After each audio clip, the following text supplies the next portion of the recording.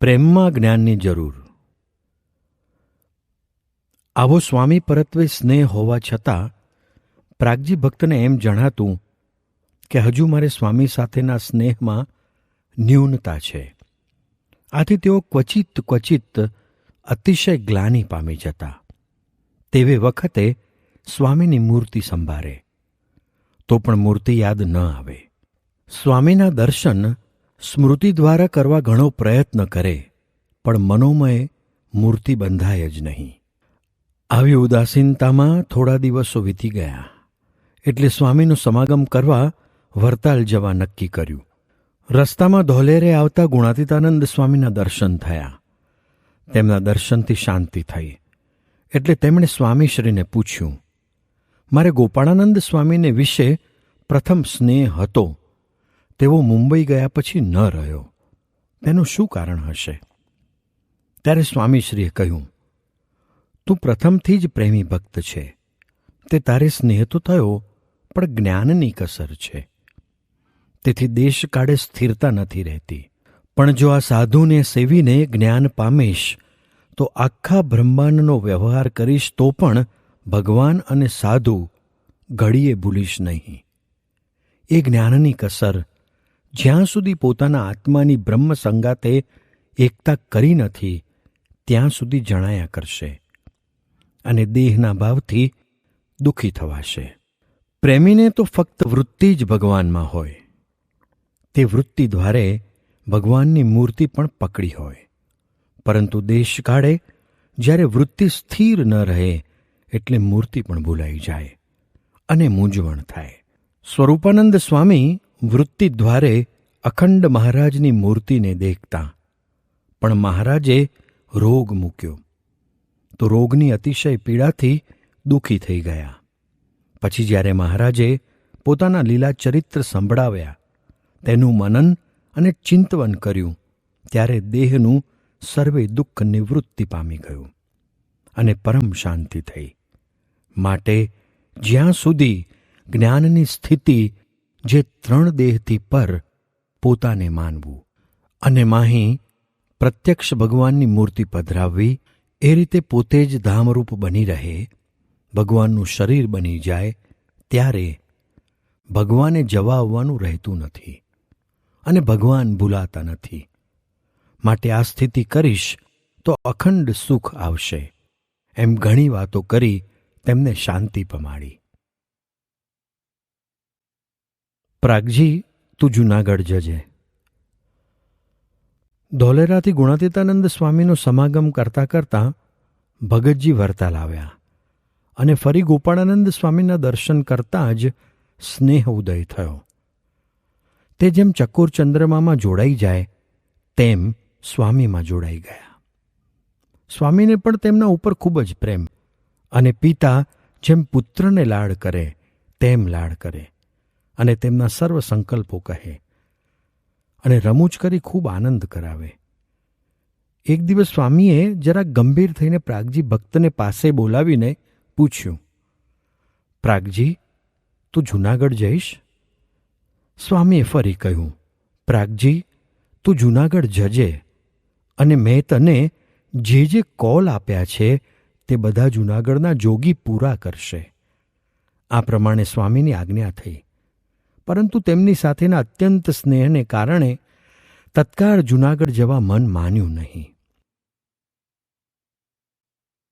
અક્ષરધામ સામે દ્રષ્ટિ. સંવત 1908ના વૈશાખ માસમાં ગોપાળાનંદ સ્વામી ઉમરેઠથી ઉદાસ થઈને વરતાલ પધાર્યા. ગળે રતવાની ફોડલી થઈ હતી અને લગભગ 8 ઉપવાસ થયા હતા. પરંતુ યોગબળના પ્રતાપથી દૈનિક ક્રિયા, નાહવું, પૂજા કરવી વગેરે નિયમિત કરતા, પરંતુ પછી ઉપશમમાં જતા રહેતા. વૈશાખ વદી ચોથને દિવસે સ્વામી પાસે પ્રાગજી ભક્ત, જાગા ભક્ત તથા શિવલાલભાઈ પણ ઊભા હતા. પૂનમના સમયે આવેલા હરિભક્તો ધીરે ધીરે વિખરાતા હતા. વડોદરાના હરિભક્તો બાપુરાયજી તથા પ્રેમાનંદ વગેરે સ્વામીની રજા લેવા આવ્યા. તેમણે સ્વામીને પ્રાર્થના કરી, સ્વામી, અમે તમારા છીએ. સ્વામીએ જાગૃત થઈને તેમના તરફ જોયું એટલે બાપુરાયજીએ કહ્યું, સ્વામી, અમારા વડોદરા સામે દ્રષ્ટિ રાખજો. એટલે સ્વામી બોલ્યા, હવે વડોદરા સામે દ્રષ્ટિ હોય? હવે તો અક્ષરધામમાં મહારાજ સામે દ્રષ્ટિ જોઈએ. કા જૂનાગઢ, જ્યાં સાક્ષાત અક્ષર બ્રહ્મ ગુણાતીતાનંદ સ્વામી બિરાજે છે, તેમના સામુ દ્રષ્ટિ જોઈએ. બાપુરાયજી તો આ વાતનો મર્મ સમજ્યા નહીં એટલે રજા લઈ ચાલતા થયા. પણ પ્રાગજી ભક્ત, જાગા ભક્ત અને શિવલાલભાઈ ત્રણેય મળીને સ્વામીને એકાંતમાં પ્રશ્ન પૂછ્યો. સ્વામી, આપે કહ્યું કે અક્ષરધામમાં મહારાજ સામે દ્રષ્ટિ હોય, તે તો સમજાયું, પણ જૂનાગઢના જોગી સામે દ્રષ્ટિ રાખવાનું કહ્યું તે સમજાયું નહીં. સ્વામીએ કહ્યું, આ ગુણાતીતાનંદ સ્વામી જૂનાગઢના જોગી તો મહારાજને રહેવાનું સાક્ષાત અક્ષરધામ છે. મહારાજ તેમનાથી અણુમાત્ર છેટા નથી. એટલું કહીને વળી શિવલાલભાઈને કહ્યું, જો તમારે વ્યવહાર શીખવો હોય તો સુંદરિયાણાના પૂજા શેઠ પાસે જજો, અને વ્યવહાર અને મોક્ષ બંને શીખવા હોય તો જૂનાગઢ શ્રી ગુણાતીતાનંદ સ્વામી પાસે જજો. ગોપાળાનંદ સ્વામીનો વિયોગ.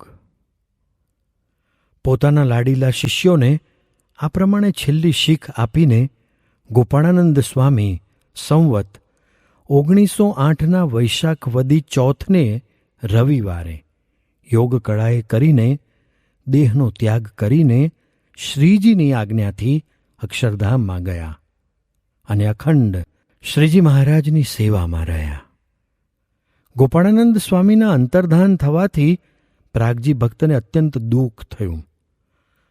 અપાર શોકથી દેહ કૃશ થઈ ગયો અને જેમ ખૂબ તપાવેલી રેતીમાં દેહને બાળી મૂકે અને જેવું દુઃખ થાય તેવી બળતરા આખા શરીરે થવા લાગી. આથી અન્ન જળ પણ લઈ શકાતું નહીં. આમ બરતાલમાં 4-5 દિવસ અન્ન જળનો ત્યાગ કરીને રહ્યા. સ્વામીને આસને જાય, જ્યાં જ્યાં સ્વામી બેસતા ફરતા તે સર્વ સ્થળે જાય, પણ કોઈ રીતે શાંતિ થાય નહીં. આથી તેઓ ત્યાંથી નીકળી ગઢડે આવ્યા. અહીં પણ ઘેલે લક્ષ્મીવાડીએ મંદિરમાં જ્યાં જ્યાં જાય ત્યાં સ્વામી જ સાંભળ્યા કરે. આથી વધુને વધુ શોક થતો ગયો, પણ શાંતિ તો કોઈ રીતે થઈ જ નહીં. જૂનાગઢ પ્રતિ પ્રયાણ. એ વખતે સિદ્ધાનંદ સ્વામી જૂનાગઢ અક્ષર બ્રહ્મ શ્રી ગુણાતીતાનંદ સ્વામીનો સમાગમ કરવા જતા હતા તેમ તેમણે સાંભળ્યું. તેથી તેઓ તેમની પાસે આવ્યા. દંડવત કરી પાસે બેઠા, પણ આંખમાંથી આંસુ ચાલ્યા જાય એટલે કંઈ બોલાય નહીં. પછી સિદ્ધાનંદ સ્વામીએ પૂછ્યું, પ્રાગજી, રૂવે છે શા માટે? પ્રાગજી ભક્તે કહ્યું, સ્વામી, મને ગોપાળાનંદ સ્વામીના વિરહનું દુઃખ મટતું નથી અને શાંતિ થતી નથી. ત્યારે સ્વામીએ કહ્યું, હું જૂનાગઢ ગુણાતીતાનંદ સ્વામીનો સમાગમ કરવા જાઉં છું. આ સાધુ પણ અપાર શાંતિ કરી દે એવા છે. તારે જો શાંતિ જોઈતી હોય તો જૂનાગઢ આવ. આ વાત સાંભળીને તેમને ગોપાળાનંદ સ્વામીના વચન, પ્રાગજી, તું જૂનાગઢ જજે અને મેં તને જે જે કોલ આપ્યા છે તે સર્વે ત્યાં પૂરા થશે, એ સાંભળી આવ્યા અને વિરહનું દુઃખ કંઈક ઓછું થયું. પછી રાજી થઈ જૂનાગઢ જવા તૈયાર થયા. જૂનાગઢમાં ગુણાતીતાનંદ સ્વામીના દર્શનથી અપાર શાંતિ. પ્રાગજી ભક્ત સિદ્ધાનંદ સ્વામીની સાથે જૂનાગઢ પહોંચ્યા. મંદિરના દરવાજામાં દાખલ થયા એટલે સ્વામી શ્રી ગુણાતીતાનંદ સ્વામી જૂની કમાનોની ધર્મશાળામાં પોતાને આસને બેઠા હતા. તે અંતર્યામીપણે જાણીને ઊભા થયા અને ઓસરીની ઝેર ઉપર આવીને બોલ્યા, આ વનનું મૃગલું ક્યાંથી આવ્યું? એટલું બોલીને અમૃત દ્રષ્ટિએ તેમના તરફ જોયું. પ્રાગજી ભક્ત પણ સ્વામીને સાષ્ટાંગ દંડવત પ્રણામ કરીને પગ ઝાલીને રોઈ પડ્યા અને કહ્યું, સ્વામી, ગોપાળાનંદ સ્વામીએ દેહ મૂક્યો પછી મને કંઈ સૂઝતું નથી. મનમાં અખંડ એમ રહ્યા કરે છે કે ગોપાળાનંદ સ્વામી સમર્થ અને પ્રતાપી હતા ને વળી મારા ઉપર અતિ સ્નેહ હતો, પણ જેવા હતા તેવા ઓળખી શકાયા નહીં અને સમાગમ પણ થઈ શક્યો નહીં. મને તેમના વિયોગનું ઘણું દુઃખ થાય છે, માટે મને શાંતિ પમાડો. છેલ્લી વખતે મને તેમણે આપનો સમાગમ કરવાનું કહ્યું હતું. પછી સ્વામીએ ખૂબ ધીરજ આપી કહ્યું, પ્રાગજી, તું મૂંઝાઈશ નહીં. આ સાધુ પણ ગોપાળાનંદ સ્વામીની પેઠે શાંતિ કરે એવા છે ને તારા મનના બધા મનોરથ પૂરા કરે એવા છે, માટે તું અહીં રહે. સિદ્ધાનંદ સ્વામીના વિશ્વાસથી પ્રાગજી ભક્ત 1 માસ જૂનાગઢ રહ્યા અને સ્વામીનો સમાગમ કર્યો. સ્વામીનો અપ્રતિમ પ્રતાપ જોઈને તેમને અપાર શાંતિ થઈ ગઈ અને સ્વામીમાં જીવ જોડાઈ ગયો. પ્રાગજી ભક્તનો અતિ તીવ્ર વેગ અને સેવામાં અતિશય તત્પરતા જોઈને સ્વામીએ પણ પોતાનો પ્રૌઢ પ્રતાપ ધીરે ધીરે પ્રગટ કરવા માંડ્યો.